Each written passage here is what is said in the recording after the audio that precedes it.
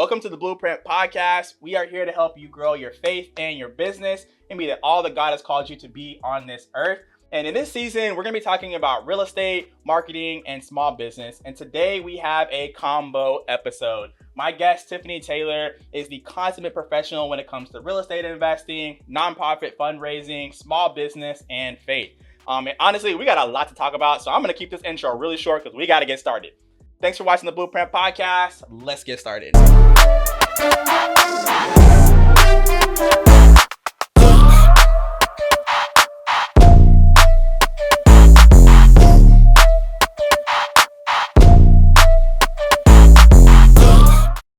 Cool. Well, welcome to the Blueprint Podcast, Miss Taffeny. Y'all give her a hand clap. Y'all digital on the side of the screen. I love it. So we did a quick intro, so people kind of know a little bit what they're about to get. But why don't you kind of tell us in your own words who you are, what you do, what you're about? Absolutely. So I think now I'm starting to call myself just kind of a kingdom-minded visionary. It's the reality. So everything that I do is spearheaded, like, how can I advance the kingdom of God? All business, when I get a business idea and I begin the thought of entertaining it, my thought is, hey, how is this going to serve the kingdom of God? So I'm a visionary. I want to build God's kingdom. I want to use the resources that I accumulate through life and business to advance the kingdom of God. Yeah. So that's who I am at the core. Now, in being that, I do a lot. So I do real estate. I consult. I'm a coach. I also have a 9-to-5. I actually am an executive director for a local nonprofit here in Houston.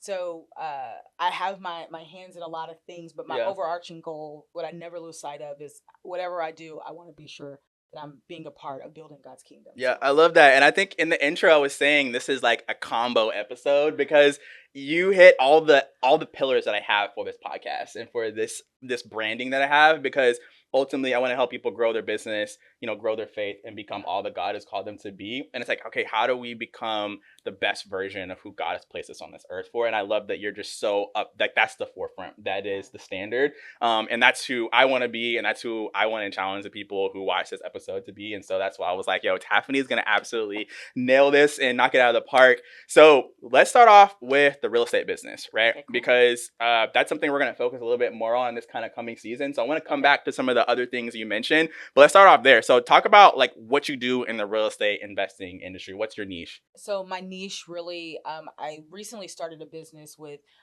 two of my really good friends and business partners called Tread Equity. And so what we do is we really focus on the BRRRR method. We want to buy, we want to rehab, we want to refinance, and then we want to rinse and repeat. Right? That's the goal. But here's the trick to it. Everybody talks about that's the investor's dream, right? That's what investors want to do. Yeah. But the reality is you have to have capital. And so the first stage in our business right now that each one of us have had success with investing and flipping and all of that good stuff, but we're wholesaling right now. If you're not familiar with wholesaling, a good example of wholesaling is I find a house that's $125,000 that I can put under contract, and I go find a buyer who's willing to pay $150,000. I take that contract and I say, hey, I give that contract over, that assignment over, and there's some other technical things that happen at title that we don't have to talk about today, but essentially I walk away with $25,000. Right. What I love about wholesaling, it's no credit, it's no risk, you don't need any money. And that means you can get started today, right? So I love it. A lot of people are trying to figure out how do I get into the real estate world? Do I go get my real estate license? Yeah, sure. But you can bird dog, you can wholesale. And there's revenue to be made in it. You have to be good with people. You have to talk. You have to get out there. So that's where our business is right now when it comes to the investing. We flipped. We've done all of those good things. But now we really want to scale. And in order to scale, sometimes you have to shrink to scale. We're getting our processes. We have our processes in place. And so we're at the point now where we're building capital and we're attacking as hard as we can. I love that. I think it's a good strategy for where we're at economically. Obviously, the refinance piece of that is dependent on the interest rate that you're going to get, right? And so thankfully, I think this week we got a drop in interest rates, but it's still like a little bit like in terms of your margins, I think it still might be a little tight. You also have, less people are buying right now. So in terms of if you were going to flip it, your houses might sit longer. interest rates on flipping. You're doing hard money lenders, so they're taxing you. You know what I mean? Yeah. So I think the wholesale industry, I think that's good for this season that we're currently in economically. So I'm glad that you guys are kind of pivoting into that. In terms of processes, what does what does processes look like for you guys? So I know like my actually very first real estate deal was a wholesale, right? And I found a needle in the haystack. I didn't really have any processes. I just was running an ad on Instagram, and a desperate agent called me and was like, we have this house and we can't sell it. And basically the investor bought a bad deal. And that house has exchanged hands 6 or 7 times since I've wholesaled it. So it's just a bad deal. No, they need to just tear that house down and start over. But it's a bad deal and whatever. But in terms of y'all's process, like what is that and kind of how did you guys learn it? Like was that kind of trial and error? Did y'all hire a coach? Kind of what was that process? I think it's twofold. So each of us come with our own separate experience, right? In real estate. So I started in the real estate world 2 weeks after I graduated college. I began to do marketing for one of the most predominant brokerage here in the city of Houston. So I started doing marketing for them. But I don't know, I had this thing about me. I'm like, I really want to build my career. So I started listing for agents and getting my hands dirty with that. But I really was like, I want to just get in my career. So I didn't work on it very long. I got reintroduced to the idea of wholesaling back in, I think about 2013. One of my friends brought it up and I got into it again. I'm like, oh, this will work. Did a few deals back in 2013, 2014. And I was like, okay, that's cool. But I really just want to focus on my career. And what was the career that you wanted to do? I was really into the nonprofit space. So I wanted to become CEO, COO, executive director. I'm there now, right? So, and I've been there a few times over now at this point. So the ultimate goal now is real estate's always just been there. It's always been a thing that I loved. And now it's something that I get to give my energy to because I see how it fits into the kingdom of God. I love that I can still work and close the deal at the same time. Yeah. Like it's fun too, right? And you get to meet new people. Part of what I do now, and I'm in property management as well. So that's pretty fun, the organization that I work with. So it's just like God just aligned that, now I'm getting experience and how we're going to hold it. And even for us with our group, we've decided that holding for us is not holding single family homes. We do midterm rentals. We're doing group homes. The way that we hold, sometimes that creates other businesses and how we choose to hold a home that we've acquired. And so for us, I don't know, when you say what does process look like for us, we use a coach as well. So we came with our own experience, but we bought into a program, a community of people around the US who are doing these things. People have seen great success. They have calls every single day. We made an investment in ourselves. It costs. You have to make an investment in yourself. You have absolutely. And if you think you're going to get away just kind of going crazy on YouTube, and that's awesome, and you can get some incremental increase there, but there's a point where you need to get someone who says, I'm bought into you, I'm sold into you, and I'm here to make sure you succeed. And so that's what we did. We got with a group. We have coaches, not just one coach. We have coaches. And my favorite sessions that we do is Mindset Fridays. Fridays is all about the mindset, because if you can keep your mind in check, you can keep your businesses, you can keep your family, your revenue, all of that. You can keep it in line. I love that. Yeah. And I think it's so funny. I didn't know that you had worked in marketing, because that's literally when I came to Houston, I was working at a Fortune 500 real estate company as well. And it's just like, I don't know, it just makes so much sense in terms of that pathway. It's like, it's almost like I feel like I'm a pioneer, and I feel like you also have some pioneer qualities to you as well. And it feels like that's a path that's kind of already almost created for you to a degree, and you get to go inside it and then make it your own, right? That's you get to be creative and like add your own flair to it. And I love that you kind of incorporated, okay, this is how I can advance the kingdom, because you do have high income potential, right? Like you have the ability to like work really hard, and if your processes are dialed in, you've invested in yourself. I mean, real estate really has limitless potential. It's true. And so it's your ability to combine your faith in the Lord and knowing that God is going to also help guide your path as well. I also think there's principles. We don't have to go down this rabbit hole, but I mean, there are countless scriptures that tell us to occupy the land, right? And so what we find, especially in our communities, in Black communities, and a lot of communities where people have historically been overlooked, systematic issues, and all those kinds of things, we don't own a lot. When you look at what the ownership that we had, there was a time back in the 50s we owned a lot. I was driving down Elgin Emancipation, I think is what it's called now, and my grandmother was like, yeah, your cousin Falson used to own a print shop right there, and he owned this over here, and oh, so and so owned that, but none of them own any of it anymore, nor do their families. And so what I want to do is that restore, rebuild. I want to own, and then I want to keep the legacy of keeping it within our community, right? So we're not selling it off as soon as someone comes with the biggest price tag so they can regentrify your area. Okay, so you're a legacy Houston investor, which I freaking love to hear, because when we talk about the community investing in itself, I think sometimes that sounds great aspirationally, but you start thinking about, okay, who actually has access to capital, who actually can invest, like who can buy land. It's like not necessarily attainable for everybody, right? Sure. So we need the people like yourself who have the acumen, who have the capital, who have the knowledge to go in and do it. And so that is your way of keeping it in the community, because you're thinking about the community, right? Absolutely. I mean, like if your grandmother, your cousin, your people were in the area, I think that's your ability, and that's your opportunity to keep it in the family and continue to grow the legacy of the Black community. And I think you're describing Third Ward, right, in terms of information. There's some beautiful properties over there and a lot of opportunity. But we're not the ones acquiring a lot of those properties, unfortunately. I appreciate just kind of that mindset that you have in terms of how you're investing. Sure. And I think that there's a lot of opportunity. I think more people need to get the mindset that you guys have in terms of investing and not really taking an excuse. I think a lot of people just say, oh, gentrification, and I think they're not really doing anything about it, though. Yeah. They just talk about it. So, and sometimes the reality is people don't know where to do. They don't know where to start. It looks out of reach. When you go on you go pull up an MLS and you see a property that's ridiculously priced, you're like, I could never. And I do a new build. Or you look at, we love our niche for us is distressed properties. There are some people who look at that and they don't see the hope. They don't see that we have a little bit of experience, that they give us, those, we have, I would say, gleamy eyes. We're like, ooh, we love that. Like that feels good to us. There's some people who don't know how to look at that, but it's about who you have around. I didn't just get that way on my own. There were people who came along the way. I saw them do it. They invited me into their spaces to see them curate, to see them build, to see them take something and turn it in, take nothing and turn it into something. And so that happens with time and being influenced, having people influence you. Okay.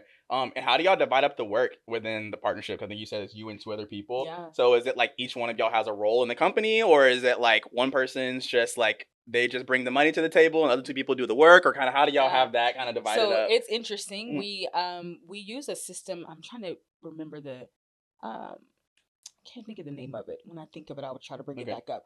But we use a particular system that helps us really structure ourselves. So we identify who is responsible for which role, who's the leader, who's leading that. Like I know a lot of times in partnerships, people are afraid to say, if everybody puts the same amount of money in, they're afraid to say that so and so is the leader. We don't have that fear because we all want to stay in our lane. Are you the leader? My sister, I would probably say that my sister, she's probably more of our leader, and the reason why is she can talk to a doorpost. Y'all think I can talk? Yeah. This one right here can make a friend. I mean, like with anybody. It's the wildest thing. And that ability to just draw people in, that's something that our organization, that's part of our lifeblood, is that people want to work with us because of that warmth, getting to know us, and then we can swing in with the knowledge. And one of the other guy on our team, he's a veteran, but he's a whiz. He's financially, I mean, he is just like a wizard when it comes to finances. Coming up with creative ways to navigate deals. It's not just cookie cutter, but how can we help you, and how can we be helped as well? How can it be profitable for the buyer and the seller? Yeah. So we all stay in our lanes, and then we also support each other when the time is needed. But I think identifying, hey, this is what I'm good at. This is what you're good at. And then letting people play to their strengths. Okay. So like, what's your strength? Like, what do you bring to the table? It sounds like your sister is probably the person who's on the phone with the buyers, right? Yeah. So the other guy is kind of maybe more strategically in kind of, okay, how we're structuring the deals. Kind of what do you bring to the table? Yeah. So I'm more going to be your structure girl. I'm looking for properties. I'm a great researcher. Okay. I can close a deal. Okay. I can close a deal. I'm a really great closer. Okay. And then when it comes time for that rehab, okay, so you're like the GC. You like, it makes me happy. I eat that up. Yeah, I absolutely love it. But we all love some parts of that. Do y'all have a certain style in terms of if y'all are like rehabbing the property? Do y'all have like a vibe, or like in terms of certain things y'all put in every property, or is it kind of like we believe in that. So buying things in bulk, because we're not gonna unless a property, we get a really special, unique property that we need to do something super special. But if it's not, yeah, we are gonna have the same quartz countertops, the same flooring, pretty much in all of them. We want to scale. We're not here to just make one beautiful home, but we're here to scale. We're here to occupy more and more land. We can't do that getting bogged down on every deal. Trying to, what can we do here? We don't have time for that. Yeah. So, okay. And since y'all are wholesaling it, y'all are probably doing more of the cosmetic stuff, right? Or I'm sure maybe fixing. Well, wholesaling requires us to do nothing. Okay, got you. Yeah, that's true. It's the when we want to hold it. Hold it. Okay, got you. And the flips require more, but to hold it, it actually requires less to hold it than it does to flip it. Okay, got it. Okay. So let's flip back over to the nonprofit and that, because you kept saying you wanted to do real estate, but the nonprofit world kept calling to you. So like, what is it about you and nonprofits? Like, why do you believe in the nonprofit world? I believe in nonprofit because it's the best of humanity. It's the best that humanity has to offer. It's some of the most selfless people that you'll ever find. Yeah. They give without expectation. Yeah. They give, and some of them, they want their accolades, and that's great too. But they find their passion, and then they resource their passion with their finances. It doesn't get much better than that. Yeah. You have what I always like to tell people, that money is like a soldier, and you get to tell your soldier where it's going to go. Yeah. And so the beautiful part about nonprofits in the space of development and fundraising for nonprofits is you have these people who have all this passion, all these resources, and they're saying, hey, I want to accomplish this. Can your organization help me do that? I don't want to be a part of it all the time. I can't show up to your meetings. I can't volunteer my time, but I have resources, and I want to tell my soldiers where to march. Can I trust you with that? Will you steward the gift that I'm going to give to you to ensure that you're doing what you said you were going to do? It's the best of humanity. Yeah. And then I take it back to a Bible perspective. A lot of the things that I'm going to get in trouble here. I'm not going to say it. Say it. We're probably going to cut this all the way out. But a lot of the things that I believe we want the government to do for us, the church was the one that was supposed to be doing it. So the church is out of place. And so I believe that nonprofits have also taken some of the space that the church was called to occupy. So I think that's also, I have a burden for the church. It's probably why I have a burden for nonprofits, because they're picking up the church slack on a lot of levels. That's good. Yeah. And that's how we actually met, working at a nonprofit. Yeah. We both served on the board at Cuts for Christ, and I got to see you in action, and I know you're a beast. You know what you're talking about. You ain't playing no games. And so I think that I really appreciate the level of excellence that you bring to the nonprofit world, because I think a lot of people lead off passion, not necessarily off of the proficiency and the excellency of it. And I think that's something that I think you really hold the line on that. So talk about, like, I guess, what is your specialty within the nonprofit space? Are you like the fundraiser? Are you the process person? Kind of what's you mentioned earlier that you're visionary. I think the visionary is a key piece of the nonprofit space. So like, kind of where do you, not to say that you can't occupy all of them, but where do you feel like you really lean into? What's your strength? I think I can do fundraising on most of my sleep, right? So I've work with it through my consulting firm. I've worked with about 12 nonprofits, and together they've grossed over 20 million, right, in revenue. And so we can make that happen. We can be connectors.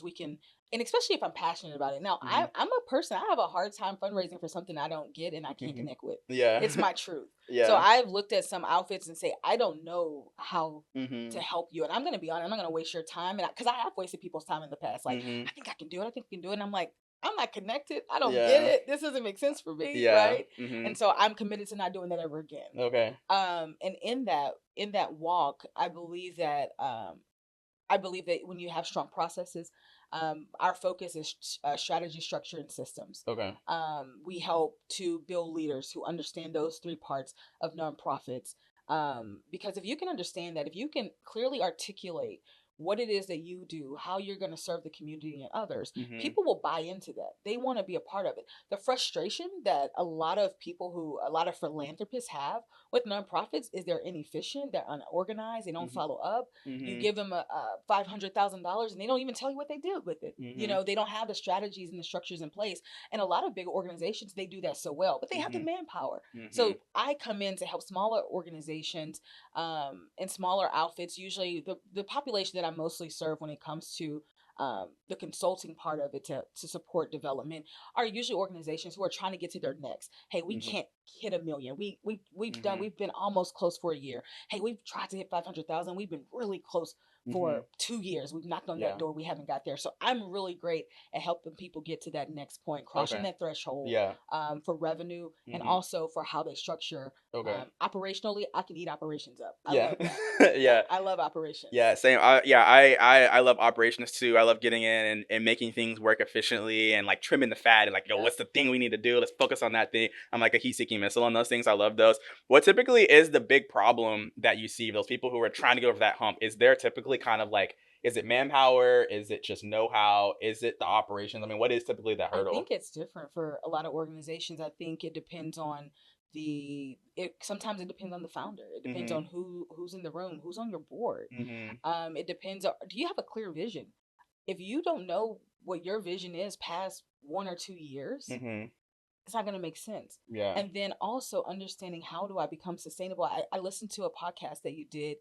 I may be saying this wrong. Is the billionaires, the guy? Oh yeah, Young Billionaires. Yeah, Sebastian and he talked Sanders. about the thrift store, and you know, and I think that more organizations, especially that are not like extraordinarily huge, like some of the big names and you know, Red Cross and United Way, that are smaller outfits.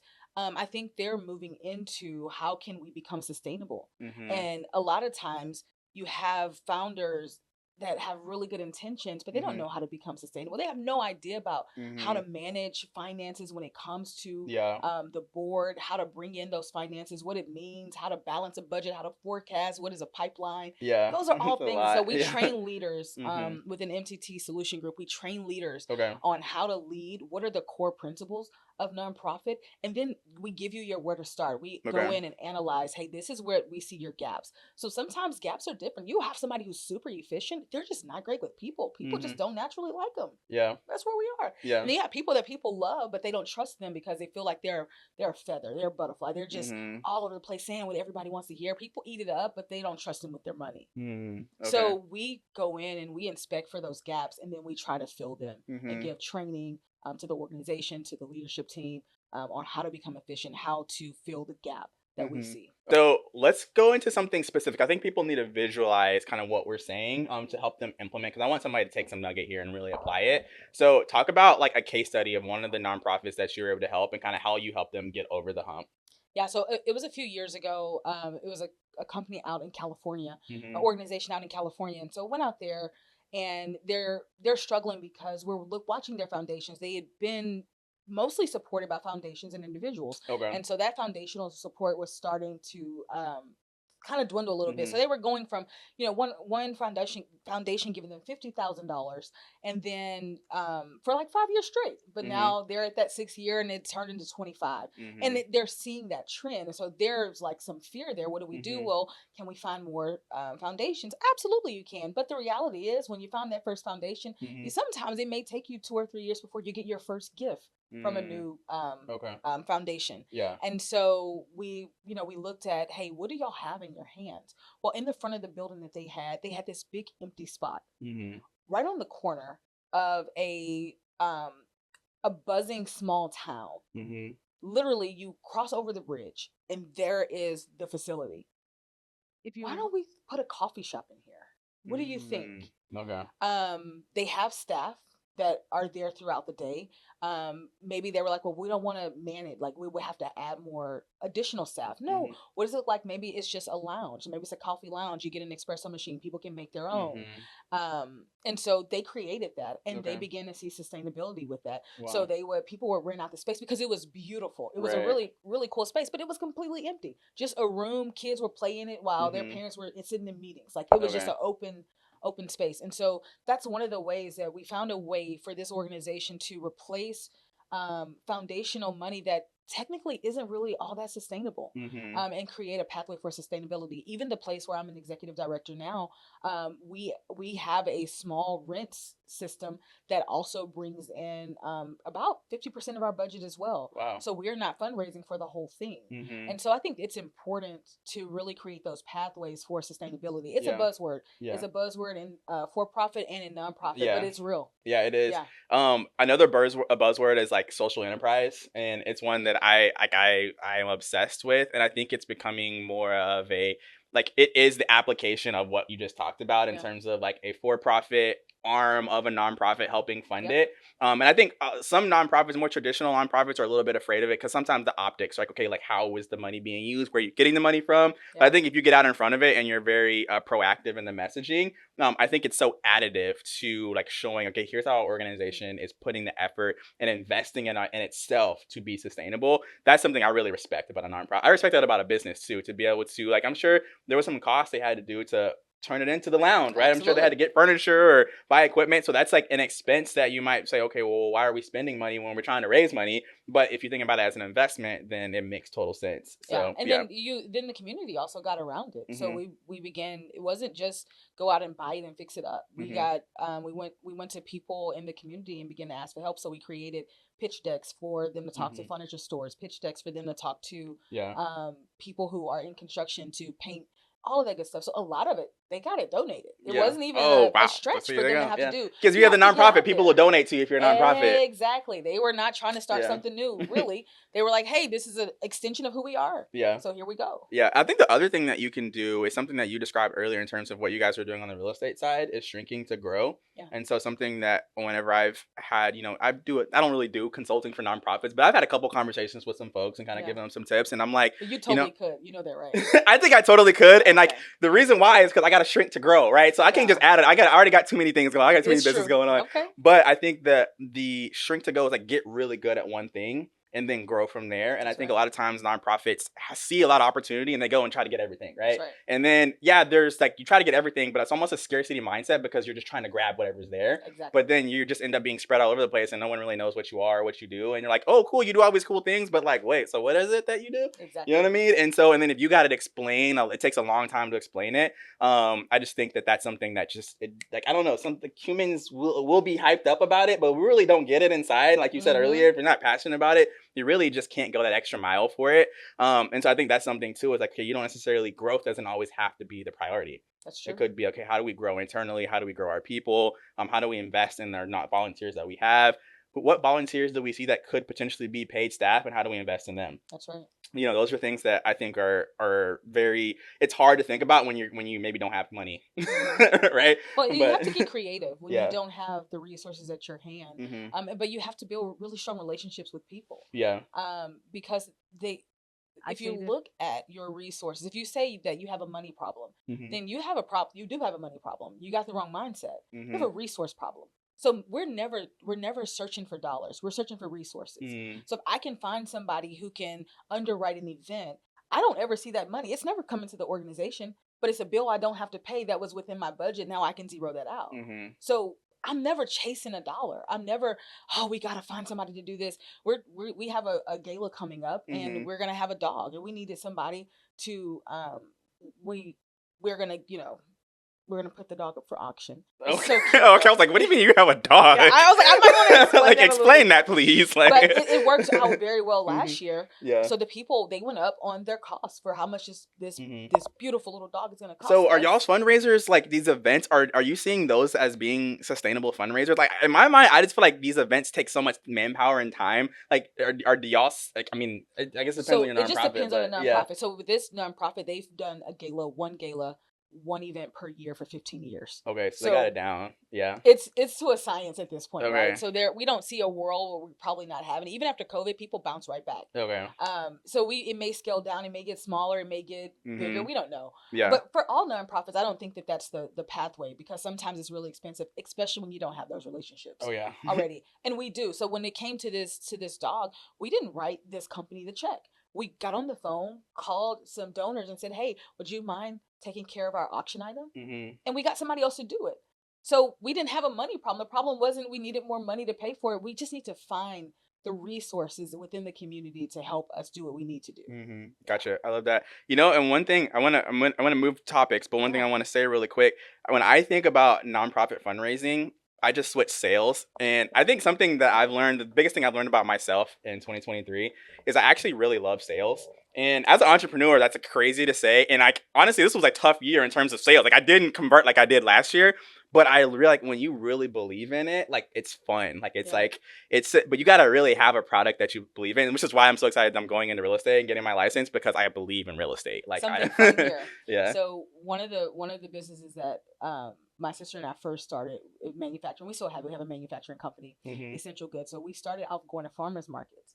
I've been like deathly afraid of dogs for years. Like I've been ran up people's couches, white couches with muddy shoes, like Yeah. that.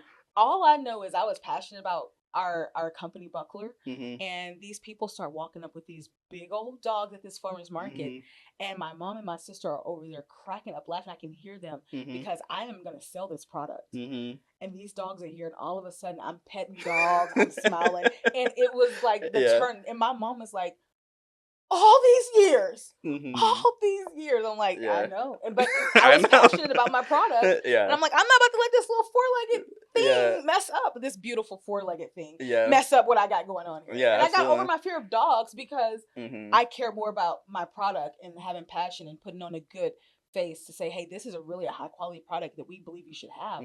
That became more important than my fear. Yeah, absolutely. Yeah, I love it. Yeah, when I'm on a sales call or a meeting with somebody and I know the vision's aligned, I'm like, let's get it. Like I'm like, this is you know what I mean? I'm excited about it. So I love it. Okay, so that's a good segue because you got a lot going on. Like, I mean, I think we scheduled this podcast like months ago. Like, I mean, your schedule was like crazy. So like, how are you doing all this? I mean, you got a manufacturing company. Yeah. You have the real estate company. You have your like day job. You do the consulting. I mean, that's 4 businesses, and I'm probably missing something. Yeah, that's not even talk about how many more we have. So, like, how are you even doing this and not burning out? Like, what? Yeah, that's a good question. I think one of the things is we start a business, but you need to get a business that moves on its own, where it's not taxing, right? So with the manufacturing company, we don't spend a great deal of time. It's not something that we actually have to put a ton of effort in week to week for it to do what it does. Okay. Right? We've set up our online store. You can spend one day creating content for a week, for a month, right? You don't have to. It's not something that we're not trying. Here's the goal. We're not trying to create businesses that require our full attention, right? Yeah. That's called a job. Yeah. We're not trying to create jobs. I'm gonna create new jobs for yourself. We may create jobs for other people, but when it becomes our job where it doesn't work without us, then it's not at the place where we need it to be. And then that means don't start anything new until you get this to a place where it's kind of cyclical, right? Okay. So, but that's something we have to learn. For myself, we at one moment we got into commodities. Like we're about to move some product from Brazil to Ghana. Like, how did we get here? But just saying yes, yes, yes. And I think part of the conversation of burnout, I say this with kindness, but I don't subscribe to the idea of burnout because I believe that it's a mindset. Okay. Most of the time it's a mindset based on, and it's rooted in neglect.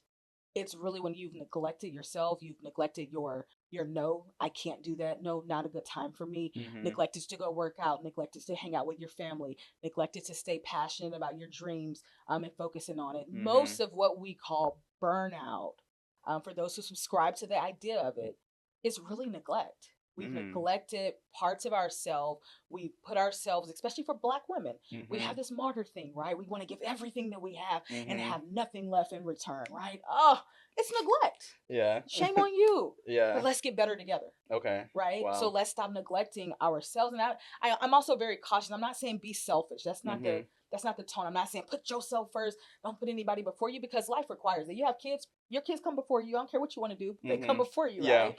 You have a husband. He's going to come before your desire. There are some things that will come before you, and that's not the conversation. It's not be selfish, but the conversation is not neglect yourself in the process of all that you do. Don't neglect if you need to go work out. Go work out.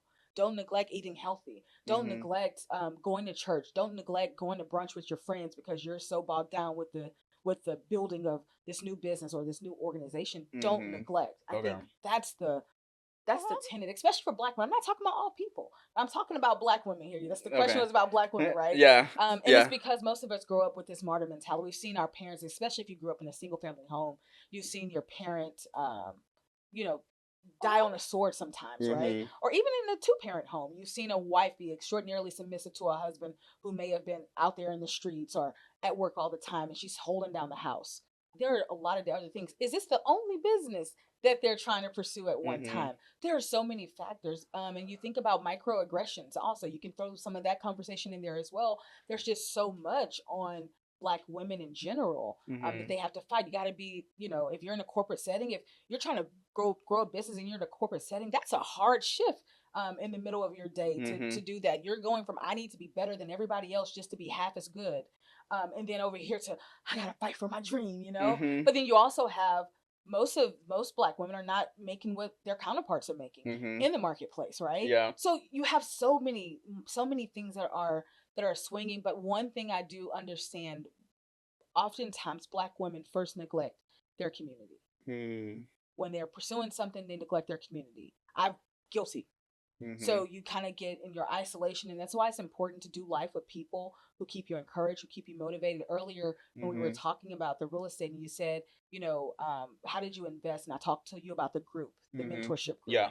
Those are people that we pay to encourage us. Those are people that a program that we buy into to say, hey, we're going to help be the wind beneath your wings when you get tired, when you get frustrated.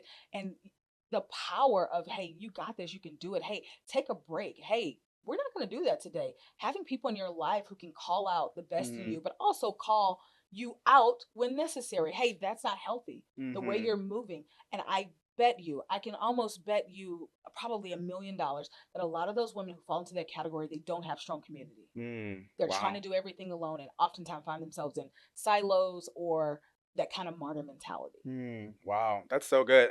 Yeah, the community piece, that's underrated. How, because I think like you just assume that people have it, right? Like you just assume like, you got family, you got people around you, and I think sometimes you do have community, but maybe it's not the right kind of community. There's a horrible clip going around.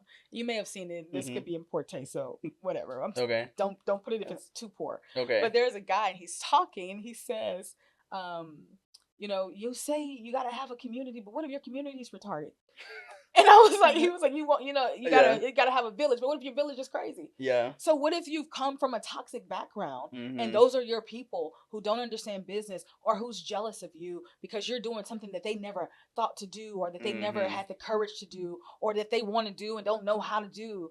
What if your village? What if the people in your life, unfortunately, that's a lot of Black people's story. The people in their life are not always rooting for them. We may want them to, but sometimes mama, daddies, aunties, uncles, brothers, and sisters don't understand your grind. They don't understand your passion, where you want to go, how you want to go there, how you plan to get there. They can't encourage you about something they have that they can't even understand. They don't have to know how to do it. They don't even have to understand the whole thing, but they got to understand that this is passion for you and you want to put your all into it. But many of them can't understand it. They'll send you right back.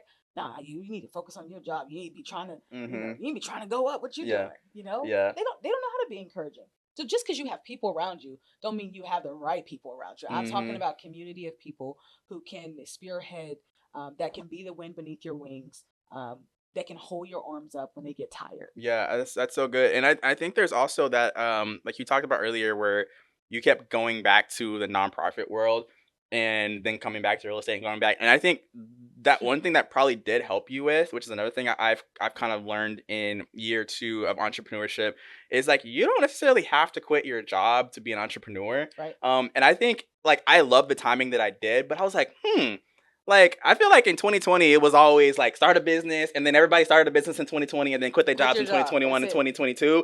And I was like, I feel like some of us should have kept our jobs a little bit longer because, listen, but I think sometimes it just depends, right? It depends on the situation, the kind of business you were in.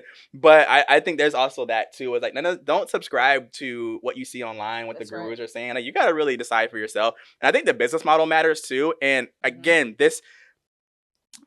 like I say this with grace. So please hear my heart, people, okay? I just don't see the sustainability and growth in like candle businesses or things like that, or they're going to take you a long time to grow. You need capital to do. Yeah, so if you're starting from scratch, unless you have money, understand marketing, and you're growing, like that's one that I think I see a lot of people doing that. And I don't necessarily like, I don't have a beef against it, but I'm like, pick something that's going to give you like, if you don't have a business acumen, that's going to give you some like high like return on investment. So I don't know, like what's your opinion on that? Do you think that it's like am I just like being judgmental in terms of business, or do you think like people should pick better businesses to start? Does that make sense? I don't sometimes you have to decide, is this a business or is this a hobby? Okay. And I think that's the conversation that you can realistically have with one another. Okay. I really love candles. I really feel like I can make some money in it. Well, has it become a hobby that you've pursued yet? Make it a hobby first. And then let's see with that. When we started our manufacturing business, we didn't start a manufacturing business because we wanted to. We were trying to solve a problem within our community. It was at the start of COVID. and we wanted to supply hand sanitizer to hospitals. Yeah, so that would have been a business. I would have been like, y'all are crazy. Hand sanitizer? Like, but we didn't start. It wasn't a business. Okay. What happened was the materials cost too much, so we sent a batch over to the VA hospital. Doctors loved it. They're telling us we want more. We're like, we don't have the money. We're not gonna go broke trying to supply you guys with hand sanitizer. Okay. A high quality level. Well, how much would you charge? We gave a ridiculous amount for how much we would charge because we wanted high quality. We wanted to use high quality products. We also understood we need to make money. Okay. And we threw out this number that was ridiculous. And he's like, I'll buy it right now. And that's how we began a business. Okay. And it was a hobby first. It was something that we did. We were trying to understand the numbers and all of that kind of stuff. So I think know if it's a hobby or if it's a business. The second part of it is know what it costs. Sometimes we start things and we don't know the cost. We don't know what does it look like to wholesale it. But when you go put it in the retail, you're not going to get what you're going to get at a farmer's market. It's got two different kinds of things.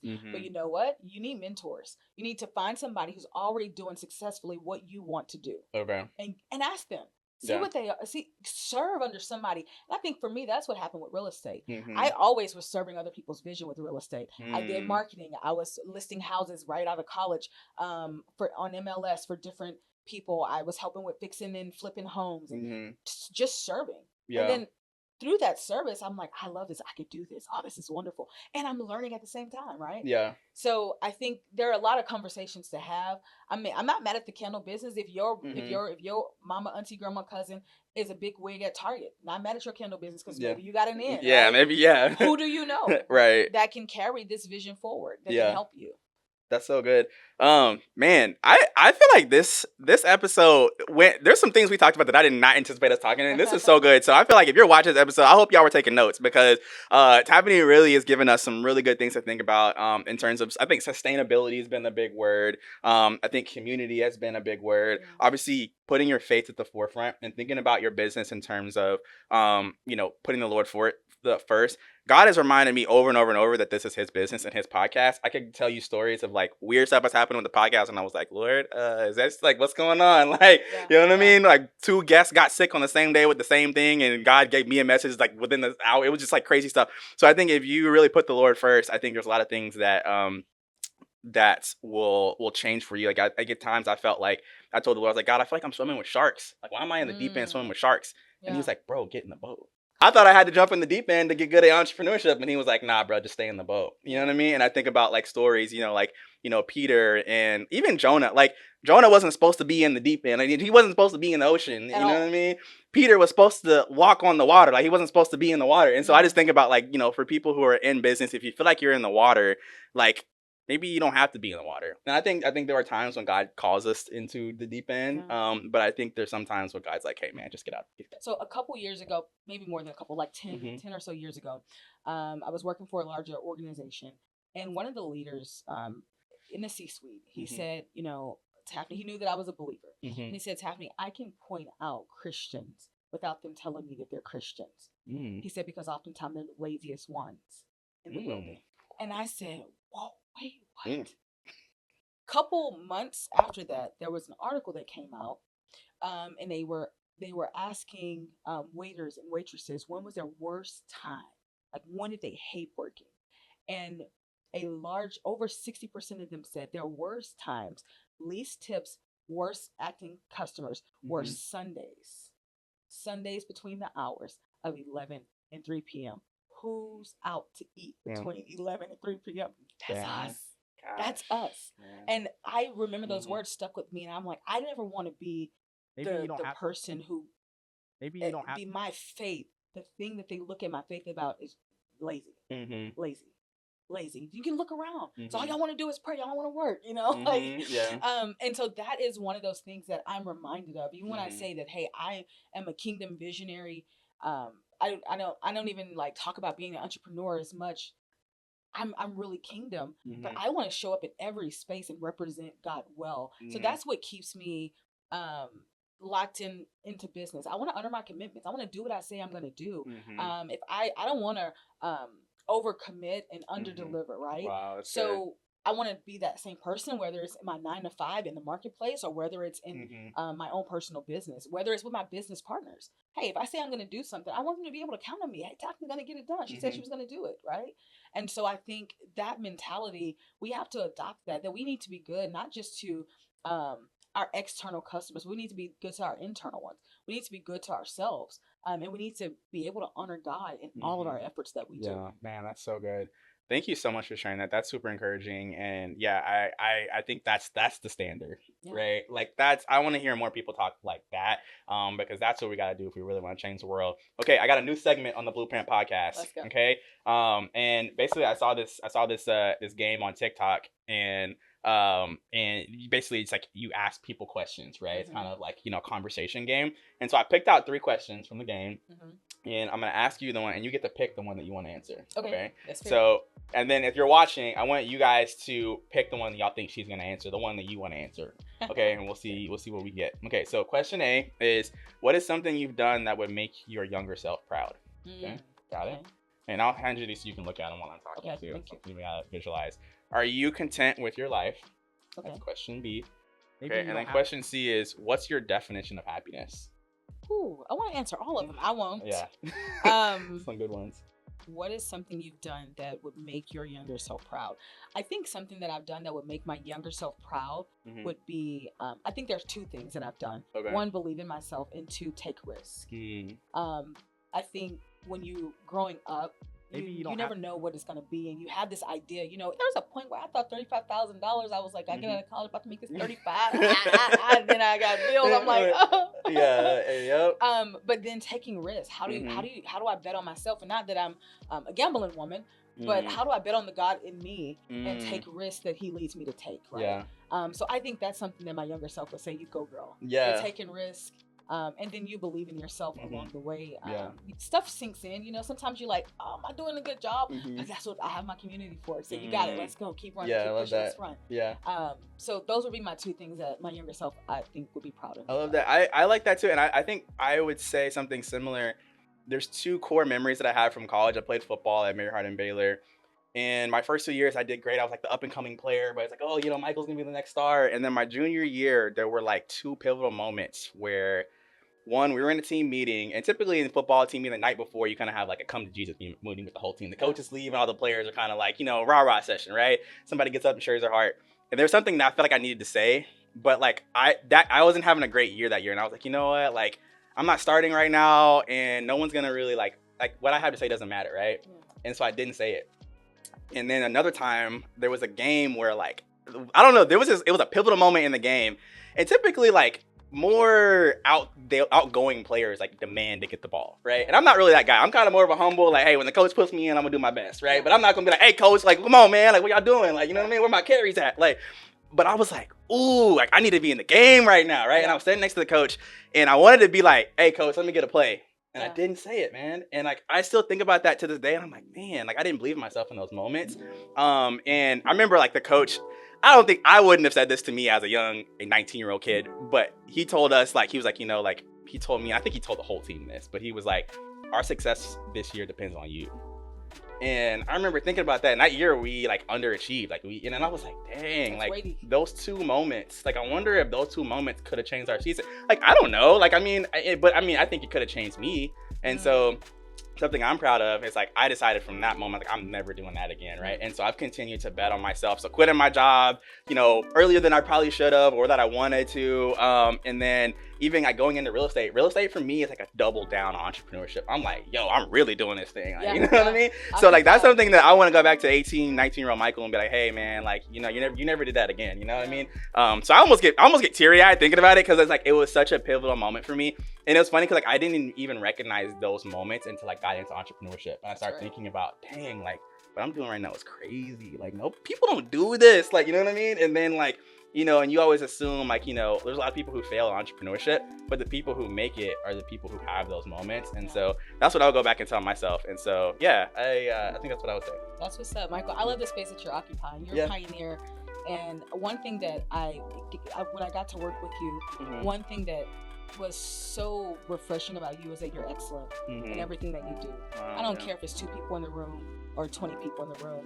You pursue excellence with all you got. And I always tell my teams, I have my one-liner is, and it's not mine, I got it a couple years ago from somewhere I used to work, but someone said, if excellence is all you do, it's all you'll ever be known for. Mm. And when I look at you and when I talk and your name comes up in conversation, or when I'm sitting in here, the thing that resonates for me is you're excellent in all you do. And I love that, and I applaud that about you, especially for our generation. Yeah, we need more excellence. And I believe that excellence will help us drive businesses. It'll help us win in nonprofit. It'll help us win in real estate. It sets you apart because the world is not pursuing excellence. But I'm glad that you are. So thank you so much. I appreciate it. Yeah, thank you. Well, that's all we have today for you guys on the Blueprint Podcast. Go ahead and hit that subscribe button. I want to know if y'all want a second episode with Taffeny, because I feel like we need a second episode. Like, I feel like we didn't go long enough. We got some more that we need to talk about on the nonprofit space. I think there's some things, there's a lot of gold there that needs to be mined. And so hopefully we'll get you on the episode again soon. Ready. So thank you for coming on. Thank you for having me. I appreciate you. All right. See you guys next time. All right.